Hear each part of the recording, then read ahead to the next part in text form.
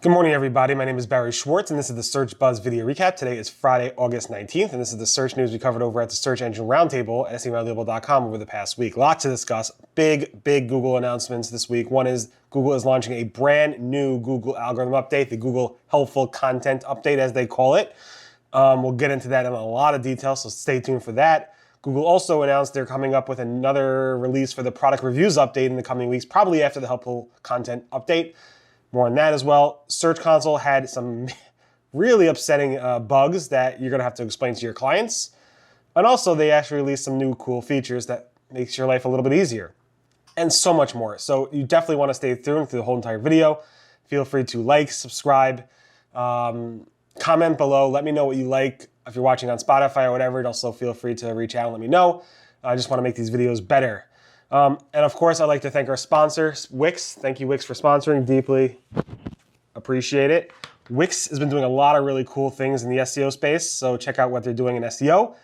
They've been doing a lot of really interesting things, and Wix is not the same company it used to be with SEO. They've been doing some amazing things, so check them out at Wix.com and check them out on social. They're doing a lot of really cool things. Thank you, Wix, for sponsoring. Appreciate it.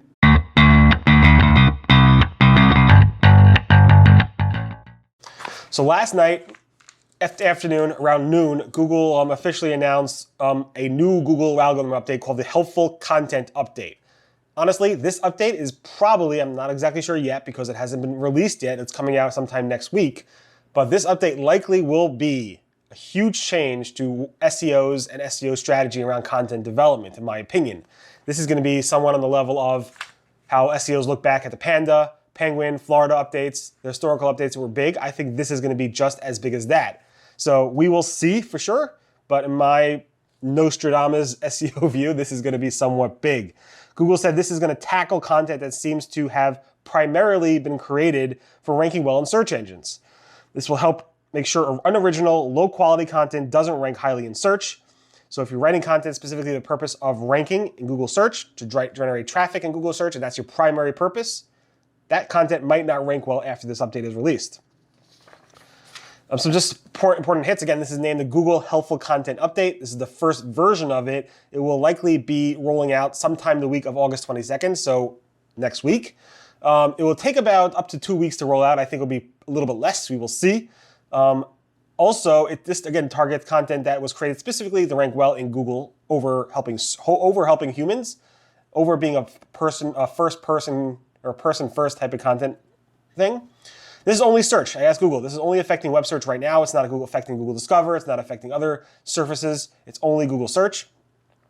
Google said it's probably not a penalty. It's probably, you know how Google's things with algorithms, they're basically about rewarding better content, not penalizing other content, but this seems to somewhat downgrade content that's not doing well. It's site-wide. I'm going to get into that in more detail, but basically, the algorithm is site-wide, but it's actually looking at scores of individual pages. If your site makes up a relatively nice amount of unhelpful content in Google's mind, the whole site, even your helpful content, will be impacted.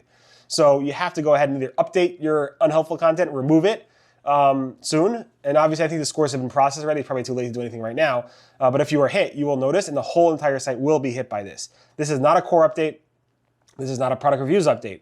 This is English only. Global English only, so only affecting English language in any region right now. It will be launched in other regions as well, just like the product reviews is English only, and Panda was English only originally. Panda is fully all languages. Product reviews is still English only. This is English only right now, but it will expand.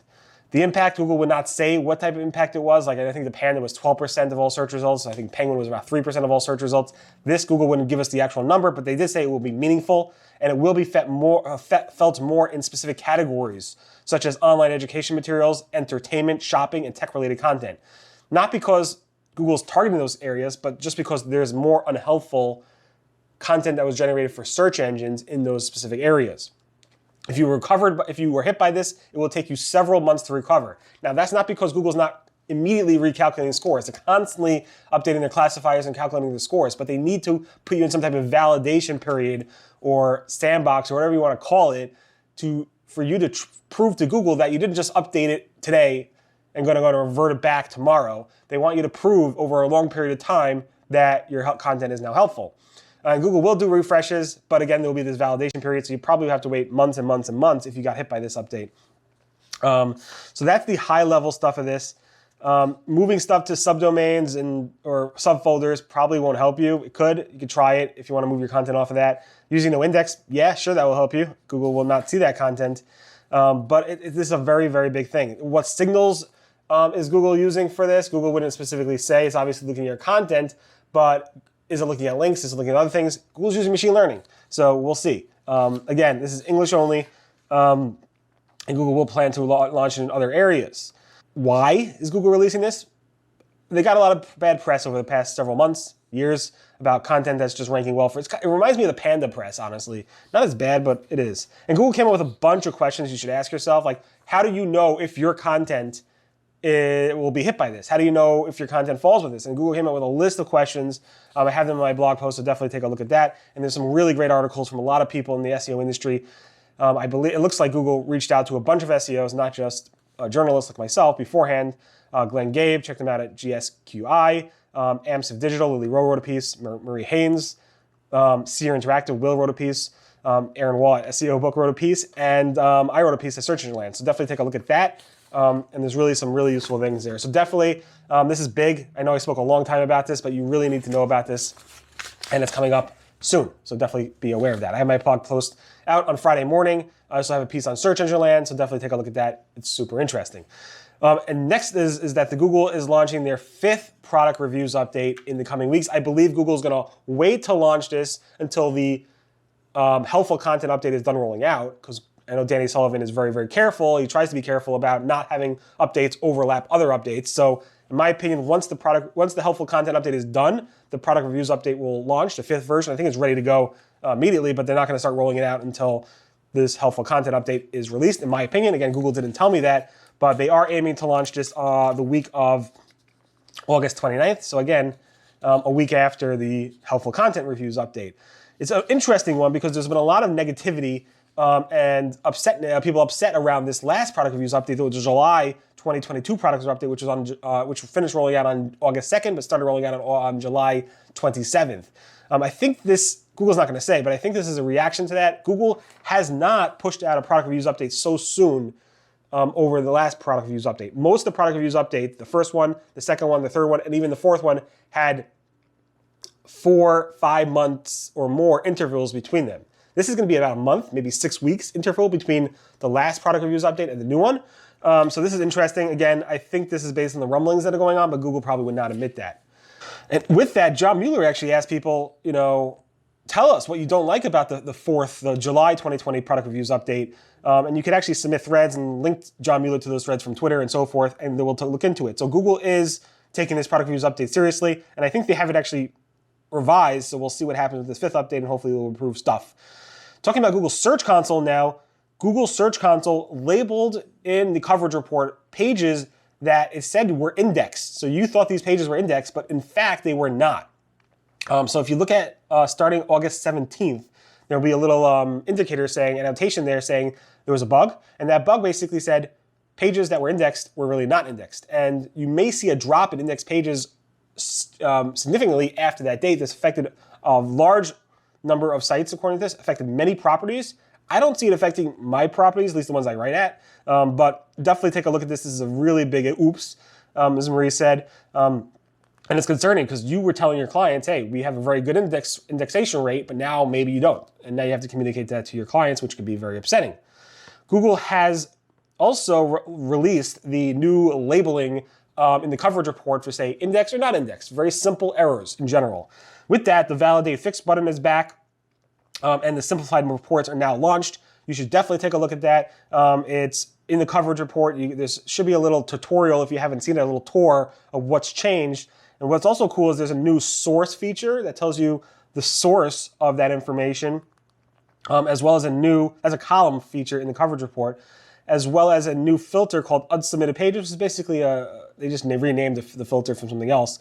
So definitely take a look at those two things. This is a revamped coverage report, which I think you will like and make things a lot simpler for you to communicate your stuff to Google.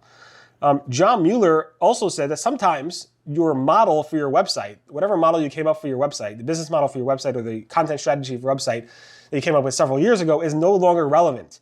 and no longer feasible, and no longer will rank well in Google search. Google's John Mueller has been saying this for a while, but you can see the ramp up in the past week or so around what John's saying about this. And this, I think this is related to the helpful content update coming out. So definitely take a look at that.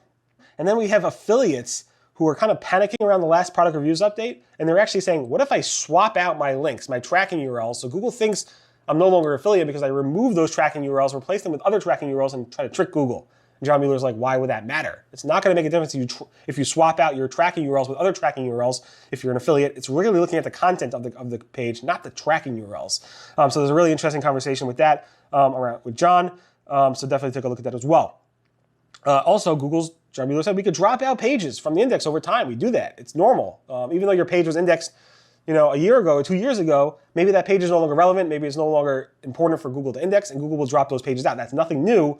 But again, John Mueller, between that and other conversations and people, even writing, John Mueller wrote that tons of SEOs and content SEOs are producing really poor quality content. And that was days before the helpful content update came out. Fabrice Cannell from Microsoft said that Bing also will index or discover 12s of billions, which is weird to say it, 12s of billions of URLs that they've never seen before. On a daily basis, Bing will discover those URLs. And most of that stuff, he said, is junk. They're like low quality, useless duplicate content, scrape content, automatically generated content, spam, junk content. But Bing discovers 12s of billions, dozens of billions of new URLs and new content that they never saw before every single day, which is pretty crazy. But I guess Google does the same thing. Also on the Microsoft side, IndexNow is growing very, very significantly. Microsoft wants you to know that it's Microsoft protocol. It's obviously open sourced and everybody can use it. It started with Microsoft Bing and Yandex, but a lot of other search engines have adopted it. Lots of CMS platforms and e-commerce platforms and other platforms have adopted it, WordPress, so forth, have adopted integrating IndexNow into their thing. There's lots of plugins you can use and so forth. And Microsoft, Fabrice Cannell says 16 million websites are publishing over 1.2 billion URLs per day using the IndexNow API. 7% of all new URLs clicked on in the web search results in Bing have been discovered through the IndexNow. So it's growing, really great to see. Google has not adopted it yet. Who knows if they will. Google Ads is testing a new ads snapshot box. This is pretty cool. Never seen this before. This was spotted by Tim Caper. Here's a screenshot of that. I asked Google what's this about. No response. And I know they got my response because they said they'll look into it, but never got back to me. Google Ads has launched a new Ads API version 11.1 with a bunch of new features.